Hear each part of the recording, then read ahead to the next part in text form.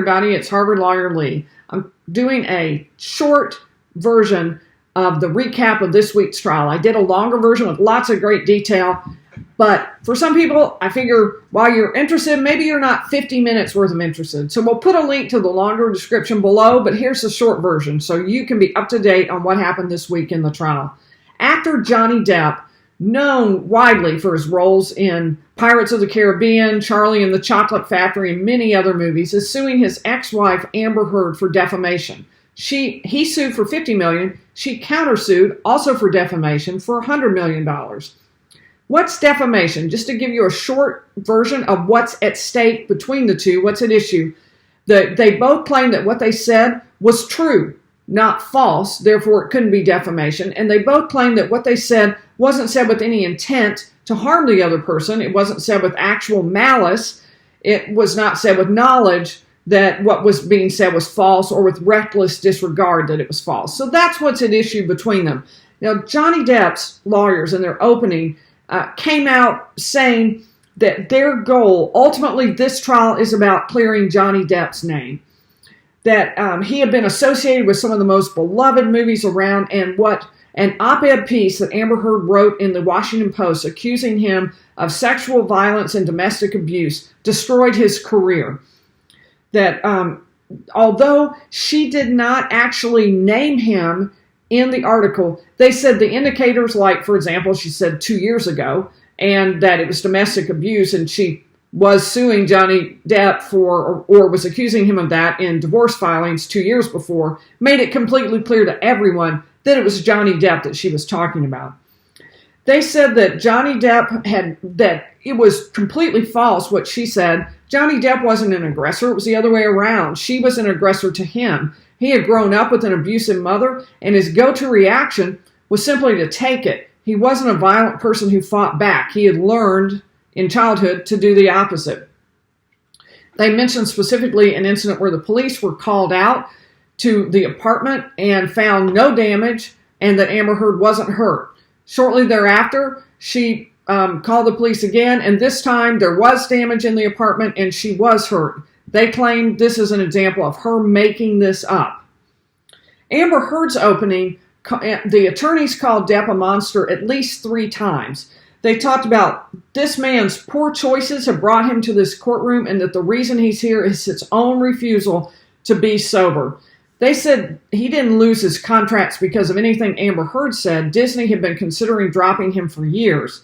They talked about him paying $100,000 a month to a concierge doctor who gave him prescription drugs, and then at the same time taking cocaine, MDMA, ecstasy, and mushrooms.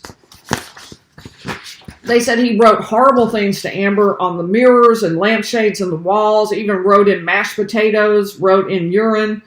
And they detailed 2 incidents of sexual assault that Johnny Depp allegedly made on her.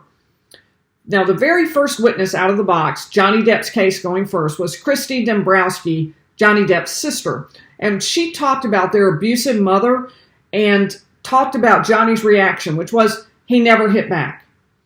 That he had learned not to do that. She also talked about how when he traveled with Amber, she had to book an extra room because Johnny sometimes needed to get away from Amber and be safe from her. Amber called Johnny an old fat man. And then on cross, I thought Christy did not quite as well. She really fought over stuff that didn't matter very much. For example, she suggested she didn't know anything about Johnny's drug use. That was not believable, and in fact, it had already been admitted in opening. One of the things Johnny Depp's lawyers had said was, you know, he may abuse drugs, he may take drugs and alcohol, but that doesn't mean he's an abuser of people. So, but when she denied that, it led to impeachment, for example, with text messages she had written to her brother saying, "Stop drinking, stop coke, stop pills." 3 texts right in a row. Now, the highlight of the week was Isaac Baruch, Johnny's friend. He grew up with Johnny and lived next door to Johnny and Amber in an apartment provided by Johnny for him. He saw Amber, he testified, 3 times in the week before she went to the court, claimed she had bruises and asked for a protective order. He said he saw her in strong light. She had no bruises. He was shocked, he said, when he saw a picture on the internet saying that she had bruises. He hadn't seen anything like that. He did admit that Johnny had sent him a pretty offensive text about hoping. Now, let me be clear. This was after Amber had accused Johnny of domestic abuse. And then Johnny wrote that he was hoping Amber's rotting corpse, was rotting in the blanking trunk of a Honda Civic. But he really shone in an impassioned, emotional 2-minute soliloquy about how wrong it was that Amber had made this whole thing up, and about how devastating it had been for Johnny and for his entire family, how much incalculable damage it had caused to so many people. Really well done. It was very powerful 2 minutes in the trial. The next witness was Kate James. She was a personal assistant for Amber Heard for several years. Her testimony, I thought, was far less effective. She talked about the fact that Amber Heard had yelled at her and been abusive to her, about Amber Heard having been abusive to Amber's own mother and Amber's sister. She called it a kit the dog kind of relationship with the sister. She said she never saw Amber with bruises, never saw property damage, and Amber didn't mention that Johnny was abusing her. She talked about Amber being overly dramatic and suggesting things were wrong when they really weren't. But she seemed throughout the testimony to be very hostile. She came across as angry, clearly had an axe to grind because Amber Heard had let her go from employment she had given her 6-week notice apparently, but had let her go because she said she couldn't afford to hire anybody anymore. There was also a text message from Johnny to Kate James saying, "Come over for a spot of purple and we'll fix your flabby ass nice and good." This was apparently after Amber Heard had already written the Washington Post op-ed piece and related to Johnny's attempt to find what he considered, I suppose, justice about what had happened. Spot of purple apparently meant a glass of wine. One of the next witnesses was Dr. Laurel Anderson. She was a marriage counselor who worked with Johnny Depp and Amber Heard about their marriage. She talked about Amber Heard having a jackhammer style of talking, that Johnny didn't have a voice and was really overwhelmed in the relationship. They engaged in what I saw as mutual abuse, is what she said. She said Amber led the violence on more than one occasion, and that Amber also asked whether she would have an advantage if she left Johnny Depp, but filed with the police for abuse first. On the other hand, she stated that she specifically saw bruises on Amber's face that were similar to what she had seen in the photographs. She also testified that Depp told her that their relationship had been chaotic and violent, but Amber gave as good as she got, and she started it. The next to last witness for the week was Gina Duder. She's a friend of Johnny Depp's whose husband works with Johnny Depp. She testified about just really a few small details, like that she had never seen Johnny Depp get angry, even when taking alcohol or cocaine, and that she witnessed an incident where Johnny was trying to sneak drinks from a cup, and Amber got mad at him and told him off like he was a child for drinking.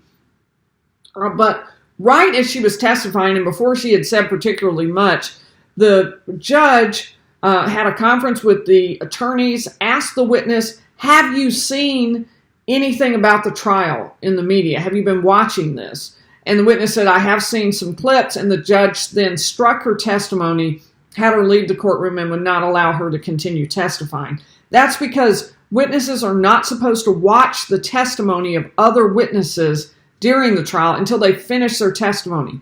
That way, their testimony won't be biased by what they hear other people say. So the judge struck her testimony in its entirety, and it really hadn't gotten anywhere, so nothing much was struck, but we don't know what she would have said that might have been more helpful. The final witness for the week was Dr. David Kipper, Johnny's concierge doctor. He talked about Johnny taking alcohol, opiates, benzodiazepines, and cocaine. That Johnny had tried to go off, even had a nurse helping him, and that at one point he had to call the nurse for scraped and bloody knuckles because he had had hit his right hand against the whiteboard in the kitchen during an argument with Amber. probably the most damaging part of what the doctor said related to text messages Johnny sent him about Amber. Johnny called Amber a ridiculous, evil, and vindictive C word, and said she's so desperate for success and fame. That's probably why I was acquired. Of the one incident that was considered to be so violent, the doctor said he did come. He saw the room while the house was a mess, I believe he said. Johnny was coherent and there were not messages written on the wall that he saw, thus differentiating from what had been said in opening statements. One thing he did say was that Johnny said, patient states the majority of the issues with his wife are due to him using drugs and alcohol. At one point, too, in a text, when Johnny had a peaceful 3 months with Amber, he wrote a text to the doctor saying, I have locked my monster child away in a cave, which I believe is the source of the reference of monster that was used repeatedly in opening statement. So that's a quick recap of this week's testimony. Next week should be extremely interesting. There's an all-star lineup of witnesses for the entire trial. So I look forward to seeing you in my next videos. Please subscribe, like the video, and come back for more.